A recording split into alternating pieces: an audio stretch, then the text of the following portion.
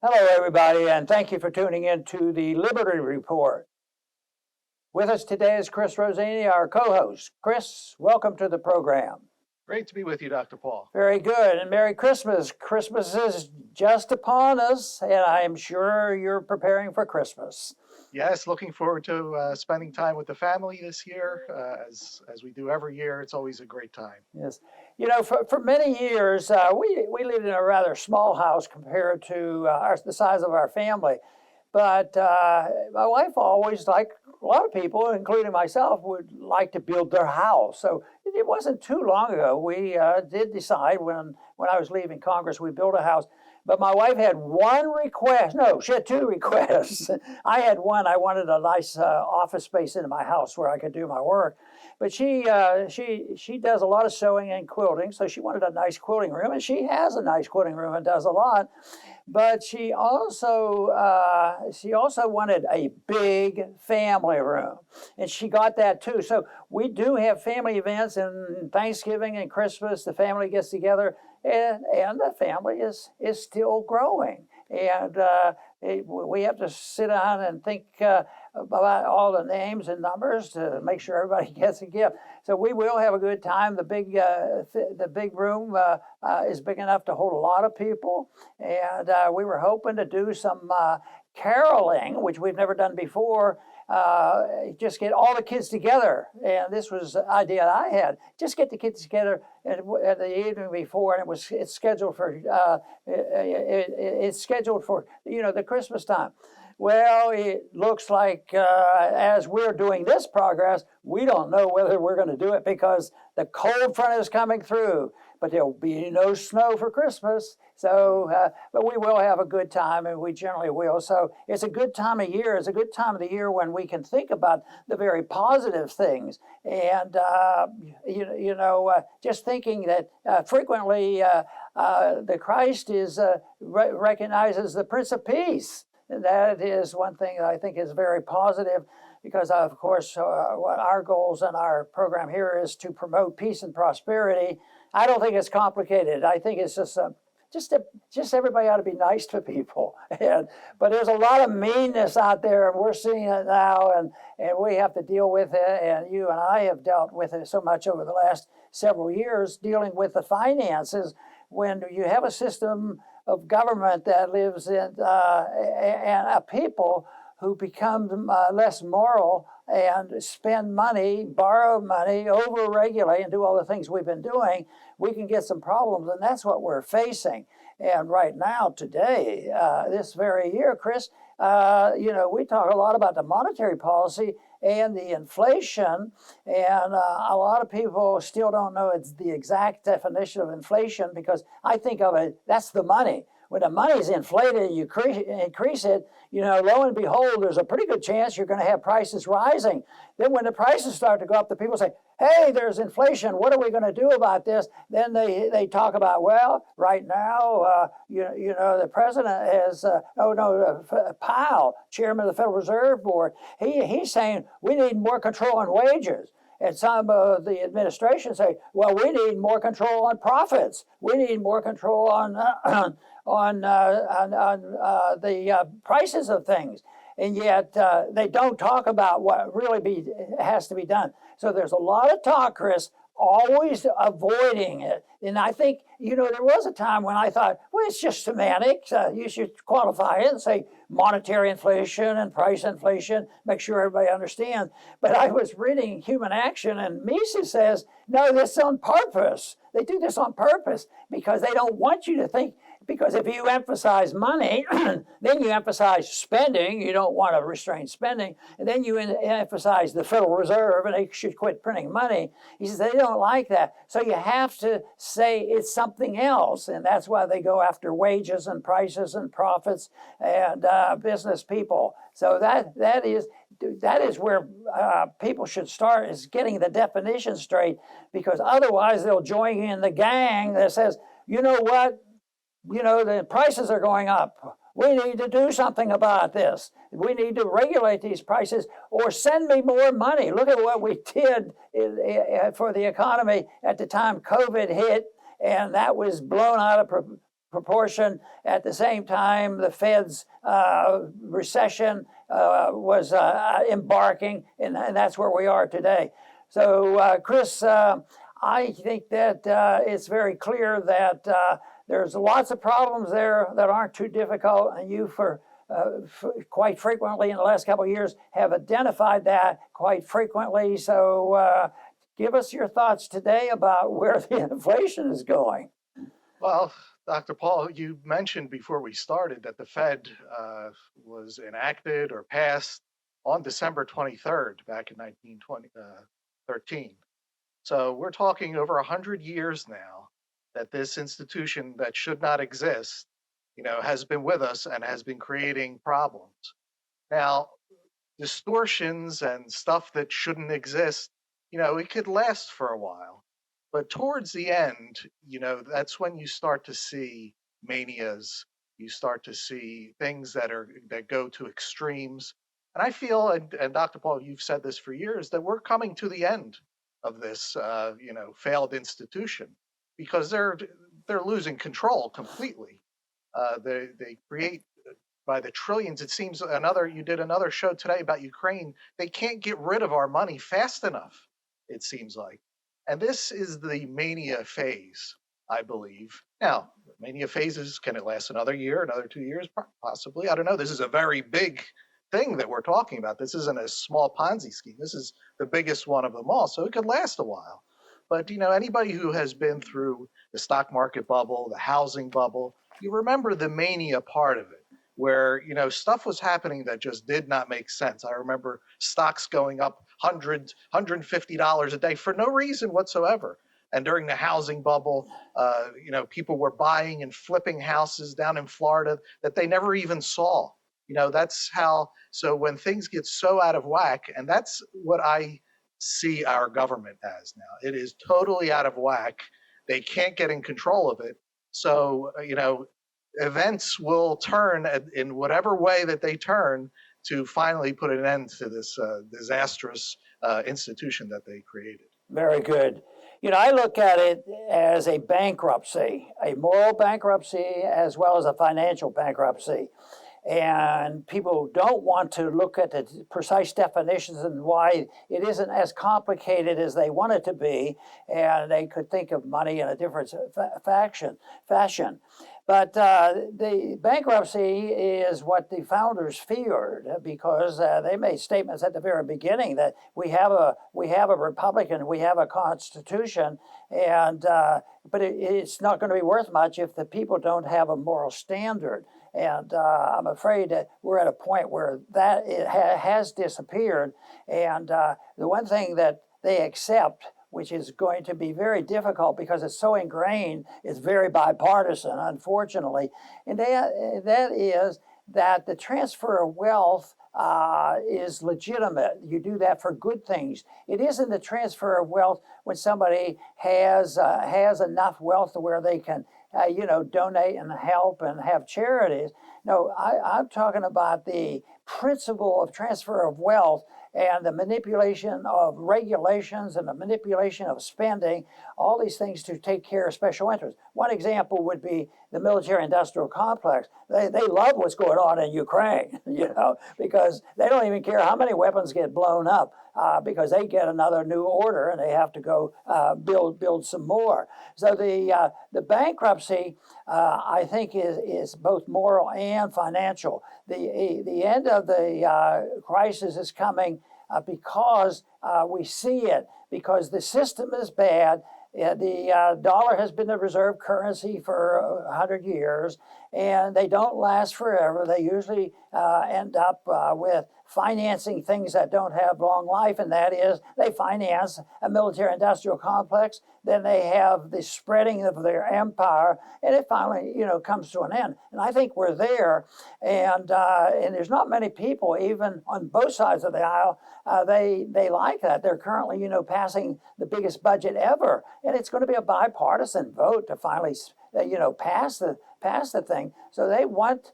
They continue to do that, and yet the principle of taking money from one group and giving it to another is something that should be addressed to. Bastiat wrote a book called The Law, and he makes a point in the law that said that if you and I as individuals can't do a thing, then the government can't do it. That is, if you and I can't go into a store and rob and steal, and can't steal from our neighbor, the government shouldn't be able to do it. But what do we have? We allow it to happen. We encourage it, and the people have all these political action groups. They get together, and they try to organize so that they are on the receiving end. But eventually, the country goes broke, and and the debt then becomes to the point where it has to be liquidated. You have to get rid of the debt because you can't have growth when the debt is so huge. And that's what's happening now. There's the market saying the debt has to be liquidated. At the same time, the business people, the bankers, and the politicians, and all the special interests say, "Oh no, keep it going, keep it going." And so it's a contest between deflation and inflation. And right now, the inflation and destruction of the value of the dollar will continue for a lot longer. But we'd have to have a change in attitude. And we've been talking about that for years at least. And, I have gotten a lot of attention. A lot of people are interested in getting rid of the Federal Reserve because that's the source of all this nonsense, finances, everything else. And it's been very much tolerated. But it's coming to the point where people are losing confidence around the world, even though they've accepted the dollars that still do to a large degree. Less and less, there's central banks buying gold and making plans and trying to put it together. This week it was announced that Australia was thinking about what to do and how to protect themselves, and they've been buying gold. So there will be plans. It'll take time, but we don't know what will happen. But it will be a major event, Chris. Right, Dr. Paul. And when this all comes undone, it's easy to say that it will come undone, but it's impossible to say how, because there's just too many variables involved. We're the exact opposite of the central planners. They try to get every single minutia data that they think that they can control and maneuver, and we're on the other side saying, hey, that's impossible, you're never going to do it. And what will bring them down is unknown too. Think of what happened with what just happened with Twitter.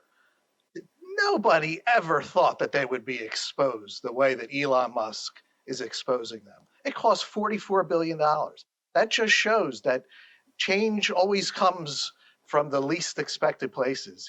We're in Christmas time, anybody who is familiar with biblical stories knows that the most unexpected people, the people you would never think would ever do anything, end up doing these great things. So that's our lives are filled with mystery. And the sad part about it is the people that think that they are here to try to control things, can control every single aspect. Life is far too complex. They never do it. They never will. The only problem is they create a lot of problems. Now that gives us a job because we point out that what they're doing will not work and is only going to create more problems. But it's tough for humanity because we have to deal with the ramifications of these people. But in the end, we're not here to control every little minutia involved because it's simply impossible. We have a lot of people come to our station and our program to look for what do you do about it? How do you handle all of this? And that is a big question. And I think that everybody has a right and a duty to think, what can I do? How can I protect myself? How can I take care of my family? And I think the one thing is that you can do things. I think the most important thing is to understand the issues so you know what to promote. And I think education is very, very important. And that's why I have a homeschooling program. And to me, to solve the problems, you have to see it in a bigger picture. The one thing is all the pro-big government people, from, the Keynesians all the way up to communism. They're interventionists. They want to intervene and tell you how to live and tell you how to spend your money and all these things. So you have to separate that and say that, no, a society that emphasizes liberty versus intervention is a big difference. And that is not complicated. You want things to be voluntary and nonviolent. That's about the only rule you really have to follow. Just have all activities, social and educational, the whole works would be voluntary. And I do have still other people say, well, what else can you do? Well, 1971 was a big day for me, and when the Bretton Woods broke down, and that is when the gold standard was, destroyed. They quit paying out gold to defend the dollar.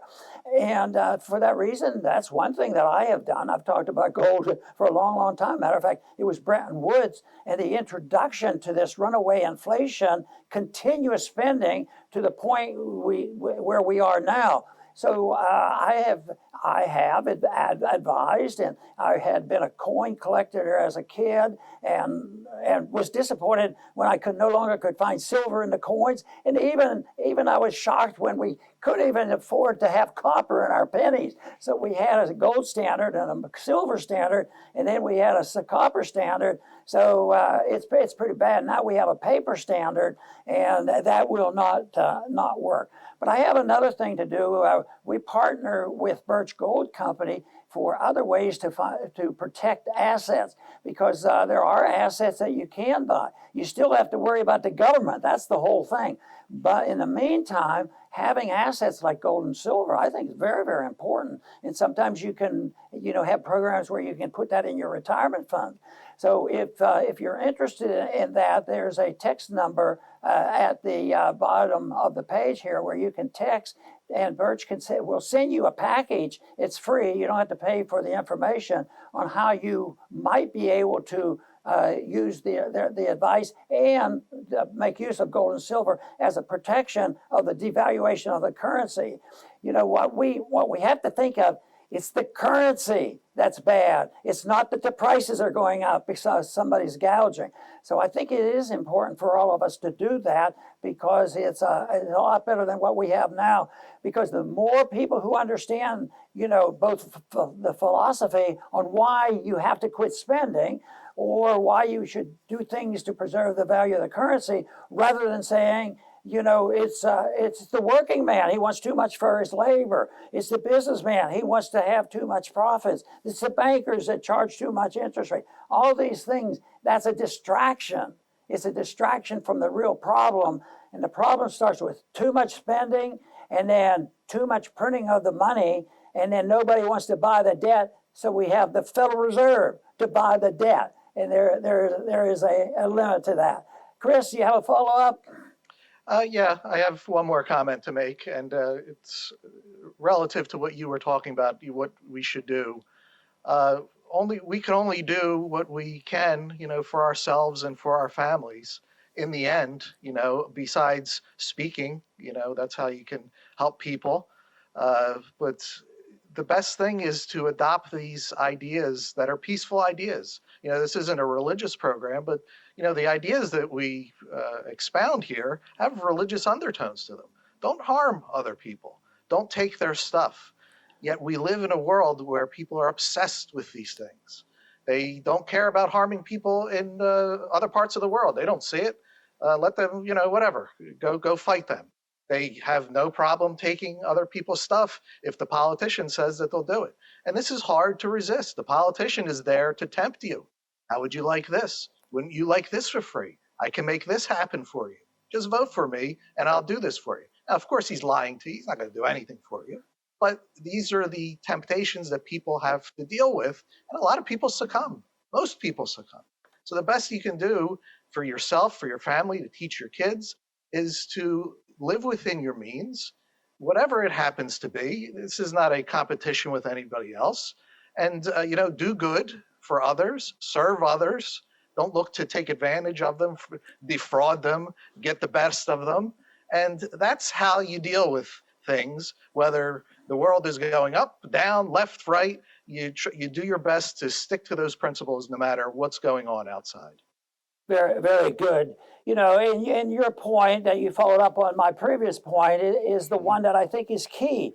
And that is, we know we're not supposed to steal. Almost all societies have endorsed that principle thousands of years. It seems like it was very natural that there was a higher law saying you're not supposed to steal and hurt and kill people. But turning it over to the government to do the same thing and say, well, that's moral. Because the government was, we voted it. We have the dictatorship of the majority. As long as the dictatorship of the majority says the government do this, enslave one group to make them pay for somebody else. That doesn't work. It's the same immorality. But right now, the biggest, we don't have a challenge, even though there's a lot of immorality down in people stealing and robbing and hurting people. But most people know it's wrong. But not too many people think it's wrong for the government to do it. They just think, well, we need better people to distribute the money. I want to get my share of the loot. So then they go along with the program. But if we applied those same rules that you apply to individuals to the government, things would be a lot better. Now, I'm going to close, Chris, with a short statement of what I'd sort of like to have for Christmas. And it's not a whole lot, as a matter of fact. There's not a whole lot. Of course, I want my liberty the best I can. But for a long time, I've been wanting to get rid of the Federal Reserve. So I think that would be a good idea. They gave us the Federal Reserve for Christmas in 1913. Now I want a Christmas where we're giving it back, that we don't have it and we're not burdened by it. But there's a few other things that I like to give back to the people. One, I'd like, people are finally catching up to that little outfit called the FBI, that they might not be angelic. They might be participating in some of this stuff. So I think we ought to consider very much about giving back that Federal Reserve to somebody, get rid of the Federal Reserve. I don't think if we, the wonderful thing is if we have the system and the society that we're talking about, guess what? You don't have an income tax. You get to keep all your money. And you get rid of the Federal Reserve and the IRS. And, and while we're at it, the CIA has gotten into a lot of trouble. They run all the coups. We're the champion of the coups of the world. And there's a coup that we participated in and ran in 1914 in Ukraine. And just look at the suffering that has come from that. But while we're having this giveaway on Christmas, why don't we give the educational system back to the people? The founders, were taught very well. They were astoundingly educated, but they didn't go to government schools. So I think we should give the education. We should have separation of church and state. Why don't we have separation of education and state? That would be a wonderful gift. And also, this is a personal view too, is I'd like to see medicine given back to the patients and the doctor-patient relationship, and get the government out of medicine so that we can avoid the tragedies that we saw as a result of the COVID lockdown. That was not a very good present. So I think there's a lot of presents and they don't cost anything. Just give up on it. We'd save a heck of a lot of money if we could give all this back and go back to letting the people take care of themselves. But at this time, I do want to wish everybody a very happy New Year and a Merry Christmas. And please come back soon to the Liberty Report.